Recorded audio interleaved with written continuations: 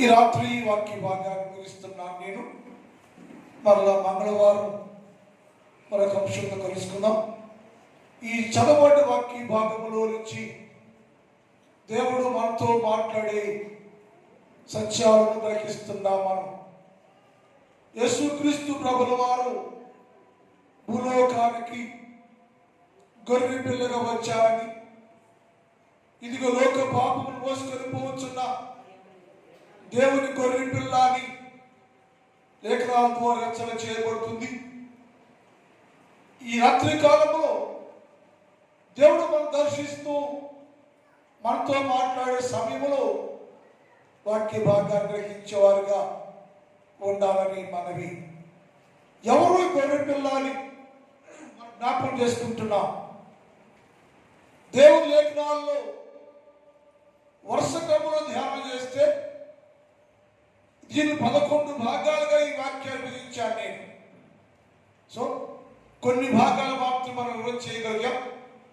దీనిలో మొదటిది ఎవరి గొర్రె పిల్ల అంటే వివరించబడిన దేవుని గొర్రె పిల్ల అని మనం నేర్చుకున్నాం. రెండోది ఎవరి గొర్రె పిల్ల అంటే విచ్చేసిన దేవుని గొర్రె పిల్ల అని నేర్చుకున్నాం. మూడోది ఎవరి గొర్రె పిల్ల అంటే విడవబడిన విడిచిపెట్టబడిన దేవుని గొర్రె పిల్ల అని నేర్చుకున్నాం. ఎవరి గొర్రె పిల్ల అంటే ఆయన మానవ లోకం అంతటిని విమోచించుటకు వచ్చిన దేవుని గొర్రె పిల్ల అని నేర్చుకున్నాం. ఆ దేవుని గొర్రె పిల్లగా భూలోకానికి వచ్చి విమోచించకపోతే మానవాళిలో ఈ శిలువ ధ్యాన కూడిక లేదు. ఎందుకంటే మనుషులందరూ వారి వారి పాపాల్లో వారి వారి జీవితాల్లో నిమగ్నమై ఉన్నప్పుడు విడుదల లేక విడిపించేవారు లేక పాప సంబంధులుగా జీవిస్తున్నప్పుడు అక్కడి నుంచి ప్రతి మనుషుని ప్రతి జాతిని ప్రతి వంశం వారిని విమోచన చేయాలి, విమోచించాలని తండ్రి దేవుడు తన కుమారుడు యేసుక్రీస్తు ప్రభుల వారిని భూలోకానికి గొర్రె పిల్లగా పంపించారు. ఆయన వచ్చి అందరి పాపముల నుంచి ఆయనే విమోచించారు అనే విషయాలు నేర్చుకుంటూ వస్తున్నాము. విమోచించడం వల్ల మనకి ఏం కలిగిందయ్యో? యేసు ప్రభుల వారు అందరినీ విమోచించారు. సకల జాతులను, యోధా జాతిని, మానవులందరినీ వాళ్ళందరూ కూడా విమోచించారు. విమోచించడం వలన మనకేం కలిగింది అంటే ఎఫెసీ పత్రిక 3వ అధ్యాయం 7వ వచనం అంతా తెలిసిన మాటలే. ఎఫెసీ పత్రిక 1:7 చదువుదాం. దేవుని కృప మహాదైశ్వర్యం బట్టి నా ప్రియుని యందు ఆయన రక్తము వలన మనకు విమోచన అనగా మన అపరాధములకు క్షమాపణ కలిగిందట. ఆయన విమోచించడం వలన మానవ లోకము మనుషులందరూ కలిగి ఉన్న అపరాధాలు క్షమించబడ్డాయి. విమోచన వల్ల ఏం కలిగింది అంటే నీ జీవితంలో ఉన్న అపరాధములన్నీ కొట్టివేయబడి, తీసివేయబడి, తొలగించబడి నువ్వు నిర్దోషిని క్షమాపణ పొందుకొని దేవుని సాక్ష్యాన్ని పొందిన వారిగా ఉన్నట్లుగా ఈ వాక్యంలో ఉంది. అంటే ఆ రోజున యేసు ప్రభుల వారు సిలువలో బలైపోతే లోక పాపమును మోసుకొని పోయే దేవుని గొర్రె పిల్లగా ఆయన బలైపోతే లోకం విమోచించబడితే విమోచన ఫలితాలు ఉంటాయంటే క్షమాపణ, అపరాధాలు, నీ పాపాలకు క్షమాపణ కలిగింది. అది శిలువ ధ్యానం. శిలువ ధ్యానం వచ్చే మనము నా పాపాలు క్షమించబడ్డాయి, నా పాపాలు క్షమించబడటానికే గొర్రె పిల్లగా వచ్చిన యేసు విమోచించాడు నన్ను. ఆ విమోచన ఫలితంగా నా అపరాధాలు, నా పాపాలు క్షమించబడ్డాయి. క్షమించబడ్డ నేను ఆ గొర్రె పిల్లకు సమీపస్తులుగా ఉండాలి. ఆ గొర్రె పిల్ల కలిగిన వారుగా ఉండాలి. ఆ గొర్రె పిల్ల వలె జీవించాలి. ఆ గొర్రె పిల్లను వెంబడించేవారుగా ఉండాలి. గొర్రె పిల్ల ఎక్కడ ఉంటే అక్కడ నీ జీవితం ఉండాలి. అది శిలువ ధ్యానం. నెల సంవత్సరం 40 రోజులు ఉపవాసం ఉండి ప్రార్థన చేసుకొని అయిపోయినాక నీ దారిలో ఉండి ఏసై ఉంటే ఈ శిలువ ధ్యానానికి విలువేమీ లేదు. అది ఏసై అన్నాడు, నేను పిలవబడిన వారు, ఎన్నుకోబడ్డవారు, రాజులైన యేసుక్రీస్తు ప్రభుతో కూడా వారు ఆయన వెంబడిస్తూ ఉండి ఎక్కడ అక్కడే ఉన్నాయో గొర్రె పిల్లతో వారు సంచరిస్తూ ఉన్నారని లేఖనాలు రాయబడి ఉంది. మన జీవితాల్లో మనము విమోచించబడిన మనము యేసుక్రీస్తు ప్రభు వారి యొక్క సాక్షిగా ఆయన ఎక్కడ ఉంటే అక్కడ నిలిచి ఉండి ఆయన వెంబడించే వారిగా ఉండటం అనేది క్షమాపణ. ఎవరు పాపాలు క్షమించబడ్డాయో ప్రభుత్వం ఉంటారు. దాని సారాంశం అది. ఆయన విమోచన ద్వారా నీ అతిక్రమాలు క్షమించబడ్డాయి, అపరాధాలు క్షమించబడ్డాయి. అపరాధం క్షమించబడిందంటే నువ్వు పరిపూర్ణ అయిపోయావు. ఈ లోపలికి ఏమలేదు. ఇక internal life, external life purity ఉండాలి, పరిపూర్ణత ఉండాలి. లోపలే మారకపోతే, లోపంతో పగ, ద్వేషం, కక్ష, కర్మడు నిండి ఉంటే ఆత్మీయంగా ఎప్పుడు ఎదిగే అవకాశం లేదు. ఎక్కడ ఉండవు అక్కడే ఉంటావు. కారణం ఏంటంటే నీ అపరాధాలు క్షమించబడలేదు. అపరాధం క్షమించబడిన వారు గొర్రె పిల్లవలే ఉంటారు. గొర్రె పిల్లతో కూడా ఉంటారు. గొర్రె వెంబడించే వారుగా ఉంటారు. ఆయన కొలుసుకున్న వారు కలిగిన వారుగా ఉంటారు. అది ఆయన సాక్షాత్తంగా ఉంటారన్న విషయాలు రాత్రి కాలం మనం ధ్యానం చేస్తాం. మరి చివరి భాగంలో చెప్పాడు, ఎవరయ్యా గొర్రె పిల్ల అంటే విజయం సాధించినటువంటి గొర్రె పిల్ల. ఎవరి గొర్రె పిల్ల అయ్యో? విజయాన్ని సాధించింది. దేనికి విజయం? ఎక్కడ విజయం వచ్చిందానికి? ఆయన గొర్రె పిల్ల కదా. గొర్రె పిల్లకి ఏమయ్యాడా అంటే ఎవరి గొర్రె పిల్ల అంటే విజయము సాధించినటువంటి గొర్రె పిల్ల. నేను జయించాను, విజయాన్ని సాధించాను నేనని దిగ్విజయం యేసు ప్రభువుల వారే మాట్లాడుతున్నారు.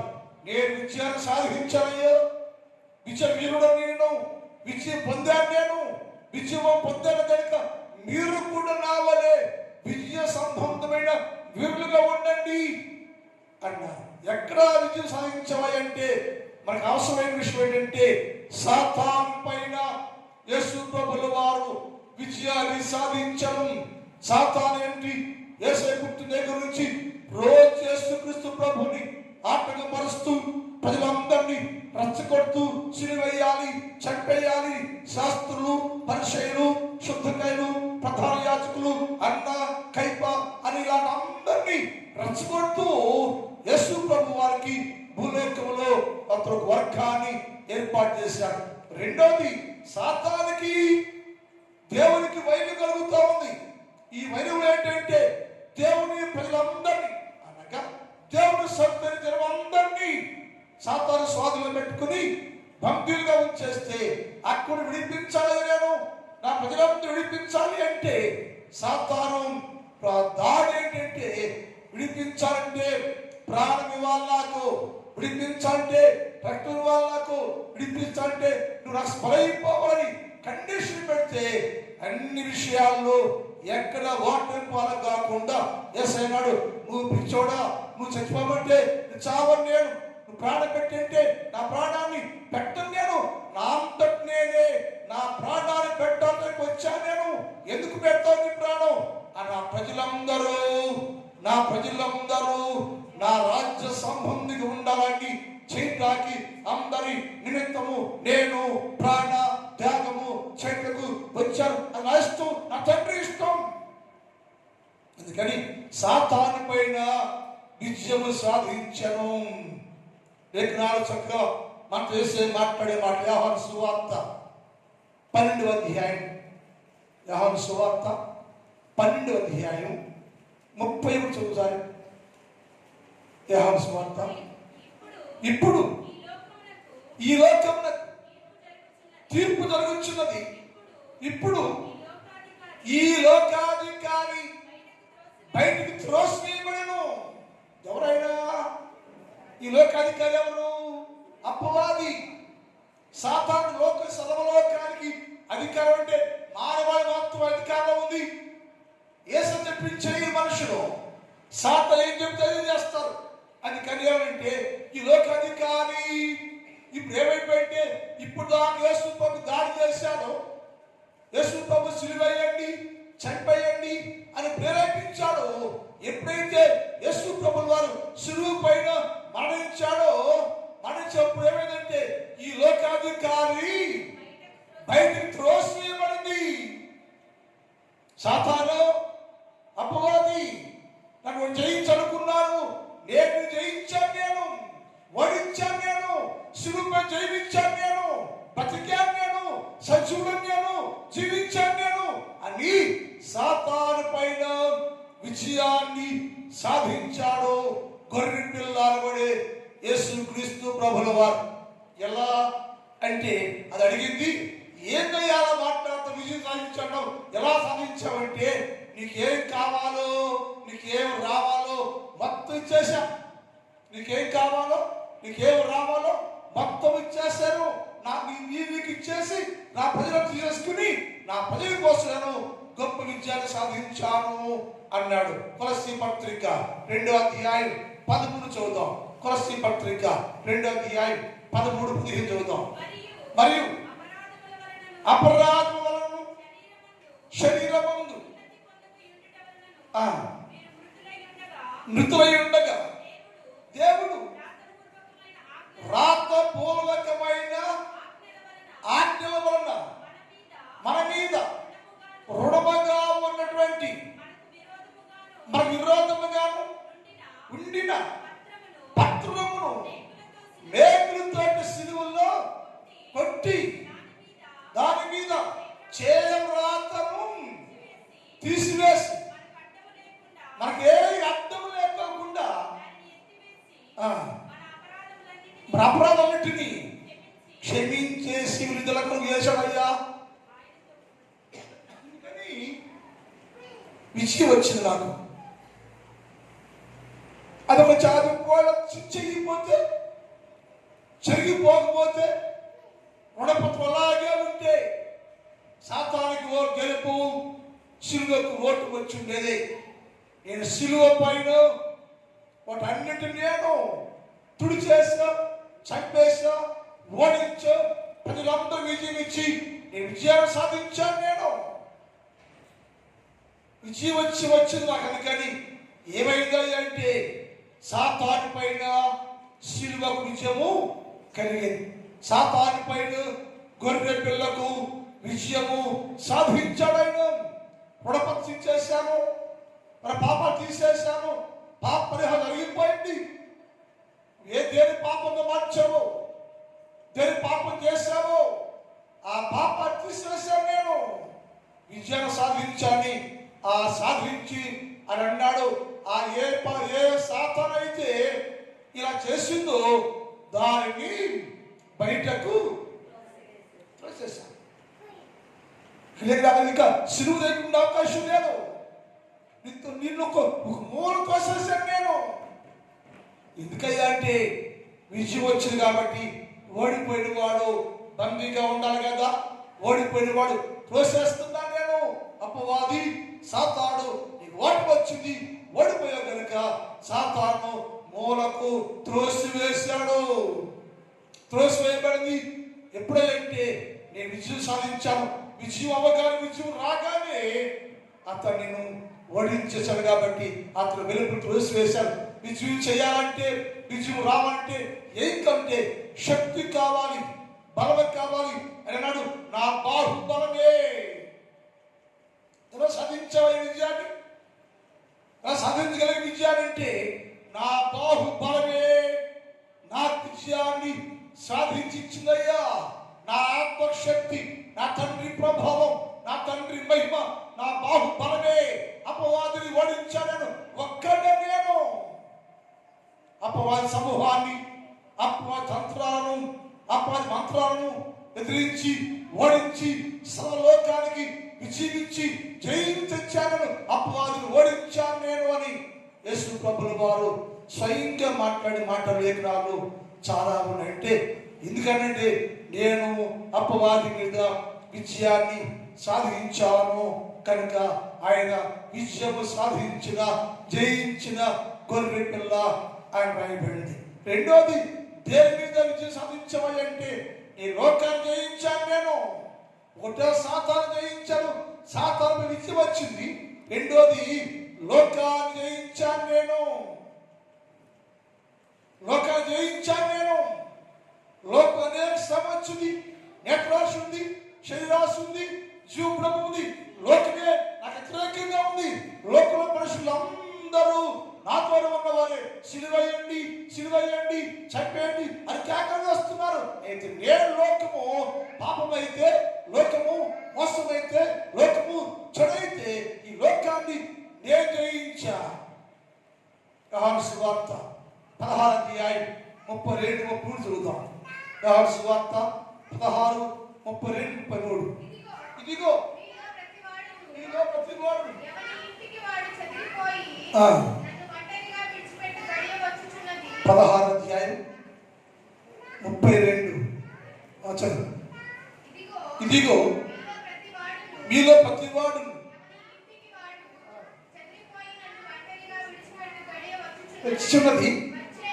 వచ్చే ఉన్నది. అయితే తండ్రి నాతో ఉన్నాడు కనుక ఒంటరిగా లేను. నా యందు మీకు సమాధానం కలుగునట్లు చెప్పుచున్నాను. లోకములో మీకు శ్రమ కలుగుద్ది, అయిన ధైర్యంగా ఉండండి, నేను లోకాన్ని జయించాను. ఈ లోకంలోకి వచ్చి అనేక శ్రమలు అనుభవించాను నేను. నన్ను నమ్ముకున్నందుకు మీకు కూడా శ్రమ కలుగుద్ది, మీకు కూడా బాధ వచ్చింది. ఆ పరిస్థితుల్లో మీరు కూడా ధైర్యంగా ఉండండి. నేనైతే లోకమును జయించాను. నేను లోకాన్ని జయించాను కనుక లోకము విజయం వచ్చింది కాబట్టి నా తండ్రి సింహాసనం కూర్చున్నాను. నేను లోకాన్ని జయించాను. ఎవరు లోకాన్ని జయిస్తే యేసు ప్రభు నమ్ముకొని అన్ని జయించగలిగితే నీవు కూడా యేసు క్రీస్తు ప్రభు కొరకు శ్రమ, కష్టము, వేదన కలిగి ఉంటే లోకాన్ని జయిస్తే నీవు కూడా దేవుని సింహాసనం కూర్చుంటావట. యేసయ్య అన్నాడు, లోకాన్ని జయించాను నేను, విజయం సాధించాను నేను. సాధిస్తే ఏమొచ్చిన లాభం నీకేంటయ్యా? లోకాన్ని జయించావు కదా, పాపాన్ని జయించావు కదా, సాధిస్తే జయిస్తే నీకేమొచ్చిన లాభం అంటే యేసయ్య అన్నాడు. ప్రకటన గ్రంథం 3:21 చదువుతాం. ప్రకటన 3:21. నేను జయించాను. లోకాన్ని జయించి, నేను లోకమును సాతానుని జయించి విజయాన్ని సాధించి నా తండ్రితో కూడా ఆయన సింహాసనం మీద కూర్చుని ఉన్నాను. నేను లోకాన్ని జయించాను, సాతాను జయించాను, సాతాను పైన, లోకం పైన విజయం సాధించాను. నేను సాధించి ఏమయ్యావంటే నా తండ్రి సింహాసనమందు ఆయన పక్కనే నేను కూడా సింహాసనాసీనుడిగా ఉన్నాను. జయించకపోతే, విజయం సాధించకపోతే నాకు ఆ స్థలము స్థానము వచ్చేది కాదు. జయించాను కనుక నాకు ఆ సీట్ వచ్చింది. ఏదంటే అది సింహాసనం అని వేసాడు. ఎవరయ్యా గురుపులంటే విజయం సాధించి సింహాసనాన్ని స్వంతం చేసుకొని పరలోక రాజ్యంలో తండ్రితో కూడా కూర్చొని పెట్టినటువంటి ఆ గొర్రె పిల్లే యేసుక్రీస్తు ప్రభువు వారు. మూడవది, నేను విజయం సాధించాను. దేని విజయం అంటే మరణం మీద నాకు విజయం వచ్చిందయ్యా. మరణం అనేది నన్ను బంధించలేకపోయింది. మరణము నన్ను బందీగా చేయలేకపోయింది. మరణం నా స్వాధీనం ఉంది. నేనే మరణాన్ని, నేనే జీవాన్ని, మరణించాలన్నా జీవించాలా నా స్వాధీనంలో ఉంది. అయితే లోకమంతా ఇశ్రాయేలు యోధా వారు, శాస్త్రులు, సిలువేయండి, చంపేయండి, చంపేయండి అంటే చంపేస్తామని అనుకుంటున్నాను. కానీ నేను నా ఆజ్ఞ, నా తండ్రి ఆజ్ఞ లేకుండా నన్ను ఎవరు చంపే అధికారం ఎవరికి లేదు. నేనే జీవాన్ని. అందుకే మాట యేసుప్రభు అంటారు చూడండి. సారీ, అపోస్తలుల కార్యాలు 2వ అధ్యాయం 23, 24. అపోస్తలుల కార్యములు 2వ అధ్యాయం 23, 24. ఆయన భవిష్యత్తు జ్ఞానం అనుసరించి అప్పగించబడిన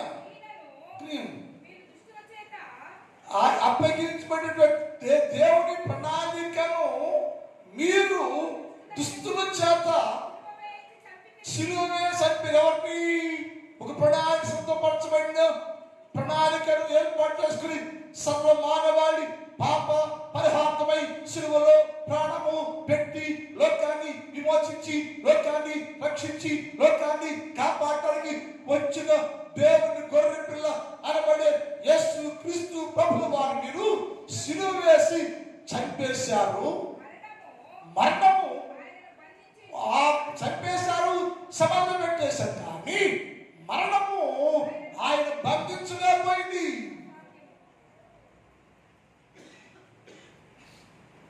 మరణము ఆయన బంధించి ఉంచలేకపోయింది. 3 రోజులు కూడా మరణాన్ని జయించాను నేను అనుకున్నాను. చంపేశాను మేము, సిలువేశాను మేము, సమాధి చేశాను మేము అనుకుంటారు వాళ్ళు. యేసు అన్నాడు, మరణం నా స్వాధీనంలో ఉందయ్యో, నేను మరణించాను అనుకున్నారు వాళ్ళు. జీవించే ఉన్నాను నేను, మరణాన్ని జయించాను, మరణపైన విజయం సాధించాను నేను, తిరిగి లేచాను నేను అన్నాడు. అందుకు ఉదాహరణగా ప్రకటన గ్రంథం 3వ అధ్యాయం 18 చదువుతాం. ప్రకటన 1:18. టైం ఎక్కువ.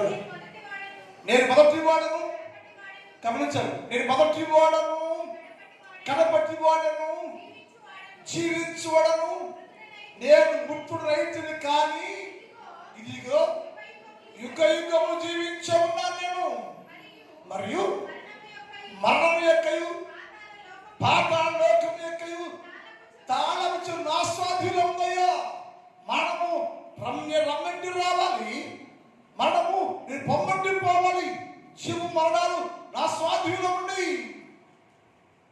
నేను మరణాన్ని జయించాను, నేను మరణ పరిమితి సాధించాను, నేను విజయించింది నాకు మరణం. ఆ మరణం నేను తిరిగి లేచినాక మరణ బంధకాల్లో ఉన్నట్టు తాళం ఉందే నా స్వాధీనంలో ఉంది. అంటే జీవమైన మరణమైన నా స్వాధీనంలో ఉంటుంది. అందుకని నేను ప్రజలందరూ సిలువేశాము, చంపేసి అనుకుంటాను. కానీ నా అంతటి నేనే నా ప్రాణం పెట్టాను, నా అంతటి నేనే మరణం జయించాను, తిరిగి లేచాను. ఇప్పుడు విజయవీరుండే నేను, విజయం వచ్చింది నాకు, జయించాను నేను, విజయంతో సాధించాను నేను. మరణాల మీద విజయం సాధించాను, సాతాను మీద విజయం సాధించాను, లోకం మీద విజయం సాధించాను. నన్ను సేవిస్తున్న వారులారా, నన్ను పూజిస్తున్న వారులారా, నాతో నడుస్తున్న వారులారా, మీరు కూడా రావాలి, విజయాన్ని సాధించే వారుగా ఉండాలి. లోకాల మీద విజయం, పాపం మీద విజయం, సాతాను విజయం, లోకం ఎక్కడ పడకుండా ప్రతి విషయంలో ప్రతి దాన్ని జయించేవారుగా విజయవీరులుగా ఉండాలి. మీరు విజయం సాధించాలి. మీరు అపవాదిని లయపరచాలి. అపవాది క్రియలు లయపరచుకుని ఎప్పటికప్పుడు నువ్వు అన్ని జయిస్తూ విజయం సాధించే విజయవీరులుగా ఉంటే మీకు కూడా నా రాజ్యంలో సింహాసనస్తులుగా ఉందురుగాక. ఆ తండ్రి